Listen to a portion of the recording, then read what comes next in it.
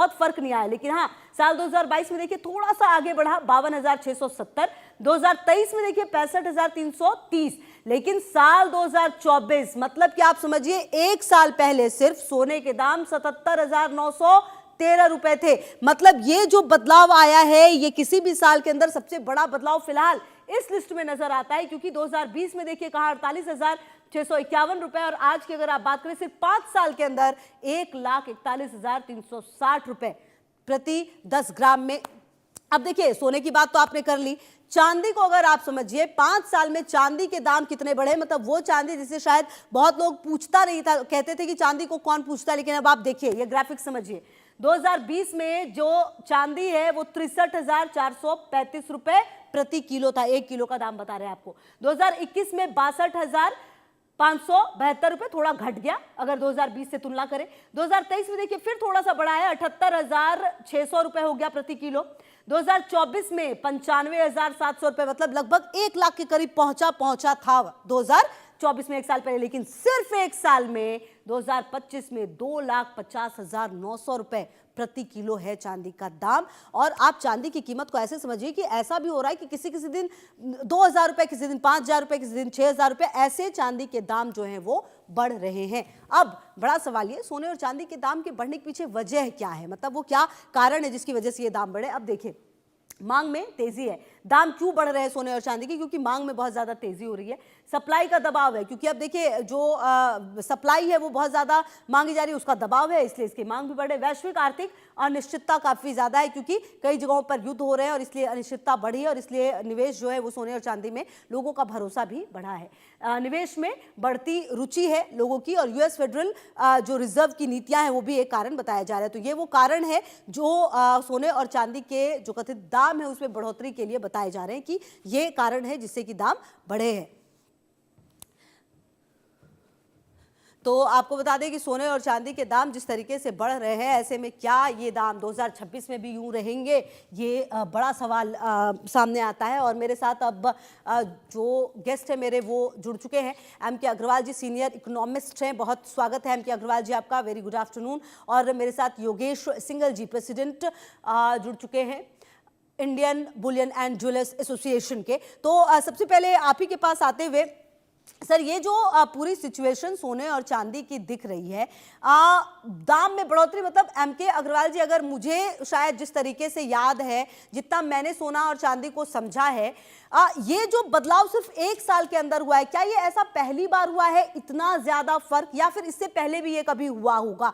और अगर ये दाम अब इस तरीके से बढ़े तो क्या उम्मीद की जाए कि क्या ये अब कम भी होंगे, और कम होंगे तो किस हद तक कम हो सकते हैं? एम.के. अग्रवाल सर।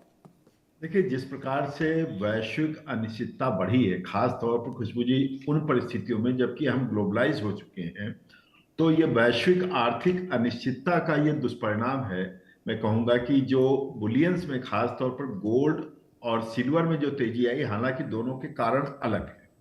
गोल्ड अलग फैक्टर्स के कारण है, सिल्वर अलग फैक्टर्स के कारण है। गोल्ड जो दिखा रहा है वो दिखा रहा है कि किस प्रकार से वैश्विक स्तर पर आर्थिक अनिश्चितता बढ़ती चली जा रही है। दूसरा, अगर हम देखते हैं तो जियोपॉलिटिकल जो सिचुएशन बन रही है उस वो और डॉलर की अनिश्चितता के कारण गोल्ड की डिमांड बढ़ रही है। यानी कि हम कहीं ना कहीं जो डॉलर को अभी तक गोल्ड के समकक्ष लेकर के चलते थे, कई बार हम गोल्ड से बेहतर मानते थे डॉलर को, यानी कि एक पेपर गोल्ड के रूप में जिसको हम लेकर के चल रहे थे। पिछले कुछ वर्षों से खास तौर पर कोविड के बाद डॉलर की क्रेडिबिलिटी में तेजी से कमी आई।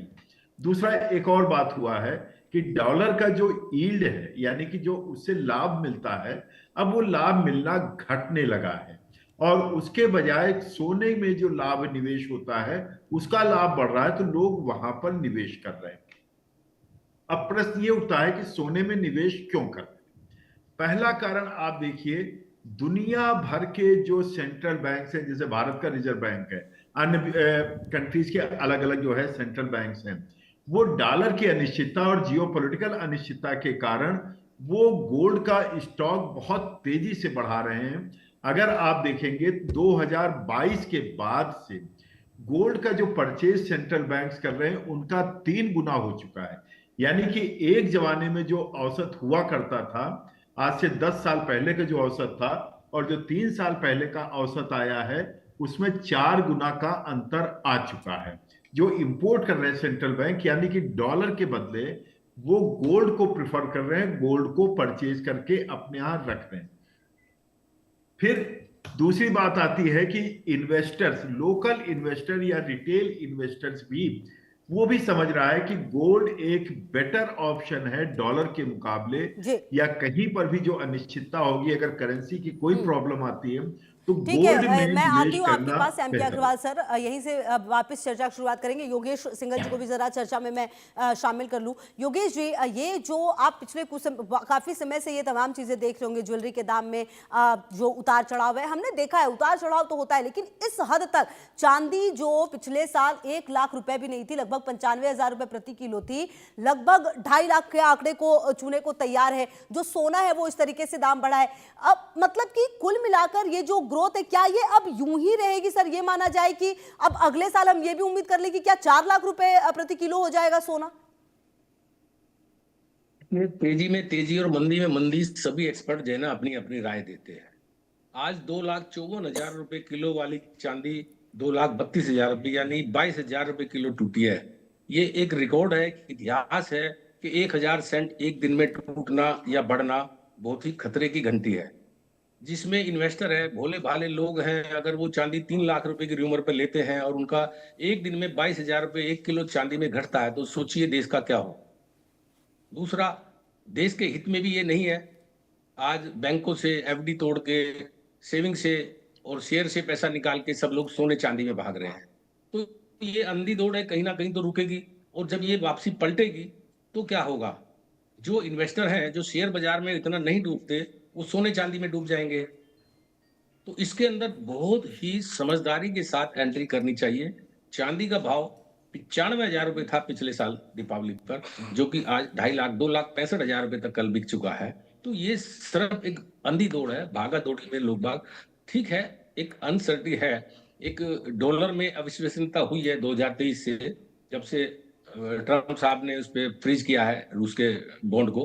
तो सभी देश अपने फॉरेक्स रिजर्व को गोल्ड रिजर्व में, सिल्वर रिजर्व में कन्वर्ट कर रहे हैं। ईटीएफ भी, फंड बाइंग भी और इन्वेस्टमेंट भी। जो आम जनता है, जो आम पब्लिक है, जिनको ये सपने परोसे जा रहे हैं कि 3 लाख और 5 लाख और 2030 तक ये 10 लाख रुपए सोने का भाव हो जाएगा, तो वो कहाँ जाएंगे अगर ये इस तरह से 22,000 रुपए किलो प्रति दिन। तो मैं समझता हूँ सभी को बहुत ही होशियारी से इसमें एंट्री करनी चाहिए, बहुत बड़ी टूट के ऊपर ही अपने माल को इन्वेस्ट करना चाहिए, मेरी ये राय है। जी, ठीक है, आप रहिए हमारे साथ तो, और हम आगे भी चर्चा करेंगे इसको लेकर। देखिए, लेकिन बड़ा सवाल ये है कि हमने एक सर्वे भी किया है, 5 सर्वे किए हैं। इन 5 सर्वे पर क्या सवाल रहे, किस तरह से आपके जवाब आए, पहले वो जान लेते हैं और फिर वापस हम अपने एक्सपर्ट्स के पास चलेंगे, बातचीत करेंगे। तो देखिए, जो पहला सर्वे रहा और जो सवाल रहा वो हमने क्या किया, सोने और चांदी के रेट बढ़ना खतरनाक है या खुशखबरी? इस पर आपकी राय क्या है? मतलब ये अच्छा है या बुरा है? कुल मिलाकर खतरनाक हो सकता है, 84% लोग इसे मान रहे हैं। खुशखबरी है, 16% लोग मान रहे हैं। कह नहीं सकते, 0%, मतलब उनकी कोई राय नहीं है। अब देखिए, दूसरा सवाल है